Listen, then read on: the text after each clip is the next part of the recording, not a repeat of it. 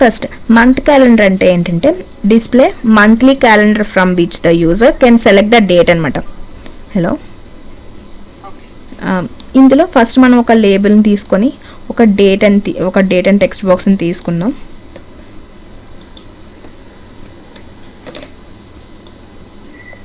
ఒక లేబుల్,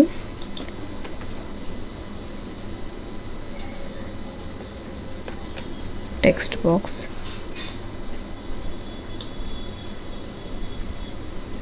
ఒక button,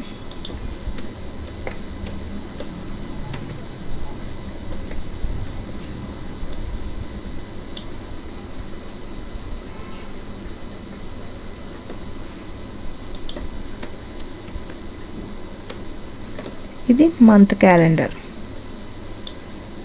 okay, hello, okay. ఇక్కడ month calendar visible, false, true పెట్టుకుంటాం. బటన్ క్లిక్ అయ్యాక దీన్ని విజిబుల్ చేస్తాం. సెలెక్ట్ చేస్తే ఆ డేట్ వచ్చి ఇక్కడ టెక్స్ట్ బాక్స్లో డిస్ప్లే అయ్యేటట్టు పెడతాము. ఓకేనా? ఇప్పుడు ప్రజెంట్ ఇది ఏం చేయాలి, ఎప్పుడు కూడా మంత్ క్యాలెండర్ అనేది కింద డిస్ప్లే చేయనక్కర్లేదు మనకి. ఇక్కడ మంత్స్లో వచ్చేసరికి నెక్స్ట్కి వెళ్ళొచ్చు, ప్రీవియస్కి వెళ్ళొచ్చు అనమాట. ఒకసారి రన్ చేసి చూపిస్తాను. ఓకే, ఇది మంత్ క్యాలెండర్. ఇట్లా మనం సెలెక్ట్ చేసుకుంటే మనకి ఆ డేట్ని కూడా సెలెక్ట్ చేసుకుంటుంది, ఇక్కడ చూపిస్తుంది. ఓకే, ఇట్లా మన డేట్ని మంత్ని సెలెక్ట్ చేసుకోవచ్చు ఇక్కడ. ఇప్పుడు ఏంటి, ఎవ్రీ టైం మనకి ఇది ఇలా డిస్ప్లే అవ్వకూడదు.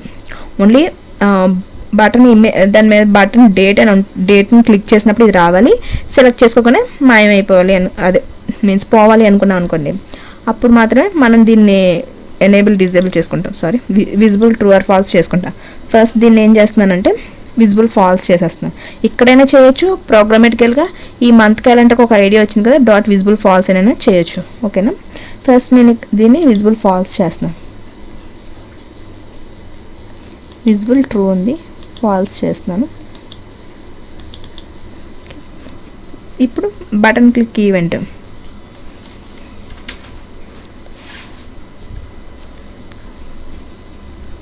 దీంట్లో ఏం చేయాలి, మంత్ క్యాలెండర్ డిస్ప్లే అవ్వాలి. క్యాలెండర్ 1 డాట్ విజిబుల్ ట్రూ అని చెప్తున్నాను, విజిబుల్ చేస్తున్నాను. నెక్స్ట్ ఇప్పుడు మంత్ని సెలెక్ట్ చేసిన తర్వాత డేట్ని చేంజ్ చేసిన తర్వాత ఏమవ్వాలి అన్నప్పుడు ఇక్కడ ఏం చేస్తాను, టెక్స్ట్ బాక్స్ ఆల్రెడీ మనం ఒక టెక్స్ట్ బాక్స్ 1 అని ఇచ్చాం కదా, text box 1 dot text equal to month calendar 1 dot select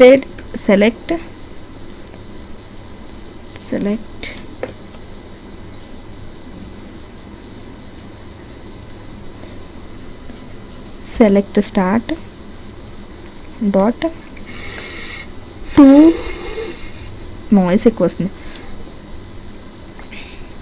ఇక్కడ ఏం చేస్తాము, మన డేట్ని మనకి లాంగ్ డేట్ స్ట్రింగ్ కావాలా, ఓకే, లాంగ్ టైమ్ స్ట్రింగ్ కావాలా, లేదంటే టూ షార్ట్ డేట్ స్ట్రింగ్ కావాలా. ఓన్లీ 2 షార్ట్ అంటే ఏంటి, only date time, only date month year వస్తుంది.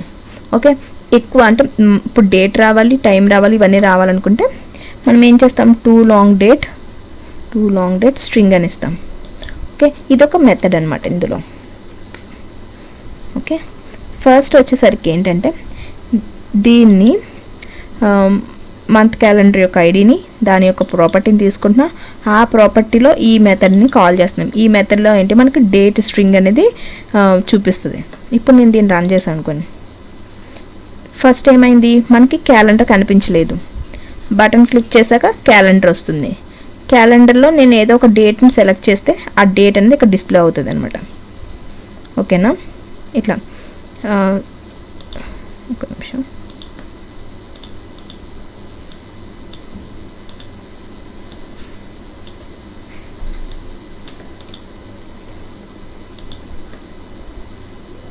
ఫస్ట్ బటన్ క్లిక్ చేస్తే అవును, అక్కడ 2 చెప్పండి డాట్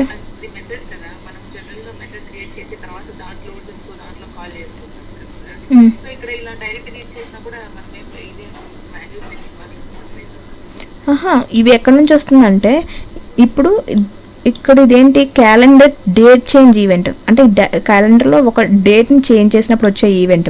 ఇప్పుడు సపోజ్ 14 ఉందా, 14 క్లిక్ చేసాను అనుకోండి, ఇప్పుడు టైమ్ 00 అని తీసుకుంటుంది ఇక్కడ. అక్కడ టూ షార్ట్ టైమ్ స్ట్రింగ్ అన్నాం కాబట్టి. ఓకే, ఇందాక ఏమి ఇచ్చాం, టూ లాంగ్. ఇందులో డిఫరెంట్ మెథడ్స్ ఉంటాయన్నమాట. ఓకే, ఇప్పుడు బటన్ క్లిక్ చేశాక 14 క్లిక్ చేస్తే 14th May 2023 అని వస్తుంది. ఇది లాంగ్ స్ట్రింగ్ అనమాట.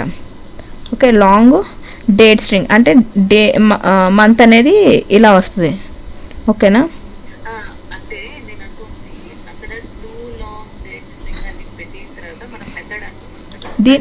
ఇది ఇన్బిల్ట్ మెథడ్. ఈ ప్రాపర్టీస్ సెలెక్ట్ స్టార్ట్ అనే దానికి ఇన్బిల్ట్ మెథడ్ అనమాట. ఇందులో డిఫరెంట్ మెథడ్స్ ఉంటాయి. జస్ట్ మీరు జస్ట్ డాట్ పెట్టగానే మీకు మెథడ్స్ వస్తాయి అనమాట. ఇవన్నీ మెథడ్స్. ఇందులో మీకు ఏం కావాలనుకుంటే అది కాల్ చేసుకోవచ్చు. లైక్ యాడ్ డేస్ అని.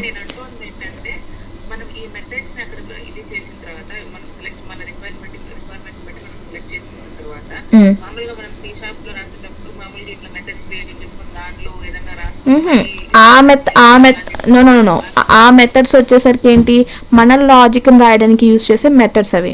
ఇవేంటి, ఇన్బిల్ట్ మెథడ్స్. క్యాలెండర్కి ఇన్బిల్ట్ మెథడ్స్ అనమాట. క్యాలెండర్లో ఇప్పుడు చూడండి, ఇప్పుడు యాడ్ డేస్ అన్నారు కదా, ఈ డేస్ యాడ్ చేయాలనుకోండి. సపోజ్ డేస్కి డేస్ అని చెప్పి 2 పంపించాను అనుకోండి. ఇప్పుడు ఏమవుతుంది, నిమిషం, డే టైమ్ టు 2 స్ట్రింగ్ అంటాం. డాట్ 2 స్ట్రింగ్ అని ఇస్తాం.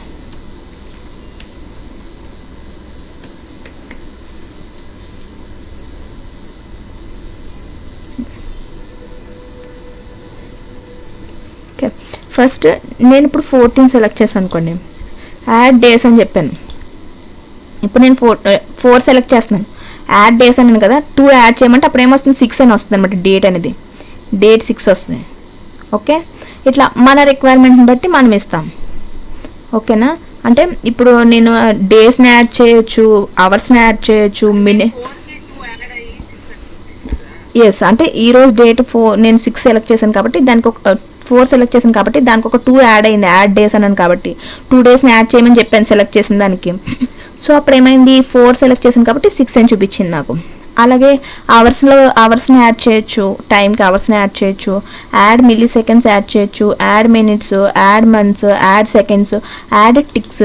నెక్స్ట్ ఇయర్స్, యాడ్ ఇయర్స్ని సెలెక్ట్ యాడ్ చేయొచ్చు. లైక్ ఇప్పుడు ఇయర్స్ అని ఇచ్చాను అనుకోండి, ఇయర్స్ ఏమవుతుంది, 1 ఇయర్ యాడ్ చేయమని చెప్తున్నాను. డాట్ 2 స్ట్రింగ్ అంటున్నా. ఓకే, ఇప్పుడు ఏమవుతుంది, ఇది డేట్ అనమాట, డేట్ ఫార్మెట్లో ఉంది. ఇప్పుడు నేను ఇది ఇవ్వలేదు అనుకోండి, ఏముంటుంది అది, cannot convert string to date time to string అంటుంది. చూసారా, ఇంప్లిసిటీ కన్వర్షన్ వస్తుంది మనకి. Cannot implicitly convert to date time to string అంటుంది. ఈ టెక్స్ట్ బాక్స్ 1.text అనేది స్ట్రింగ్. ఓకే, ఈ మంత్ అనేది ఇది డేట్. ఇప్పుడు మనం కన్వర్షన్ చేస్తున్నాం అన్నమాట, స్ట్రింగ్లో కన్వర్ట్ చేస్తున్నాం కాబట్టి అది ఎర్రర్ అనేది పోతుంది. ఓకేనా, ఇప్పుడు నేను దీన్ని రన్ చేశాను అనుకోండి, ఏమవుతుంది, ఇప్పుడు ఇది క్లిక్ చేశాను. ఇప్పుడు ఇయర్ ఎంత ఉంది, 23 ఉంది. నేను ఏదైనా సెలెక్ట్ చేస్తే ఇయర్ ఎంత వస్తుంది, 24 వస్తుంది. 1 ఇయర్ యాడ్ చేస్తుంది. ఓకేనా, ఓకే, అట్లనే మిగతా మెథడ్స్ కూడా ఉంటాయి అన్నమాట. మీకు రిక్వైర్మెంట్ని బట్టి మీరు యాడ్ చేసుకో.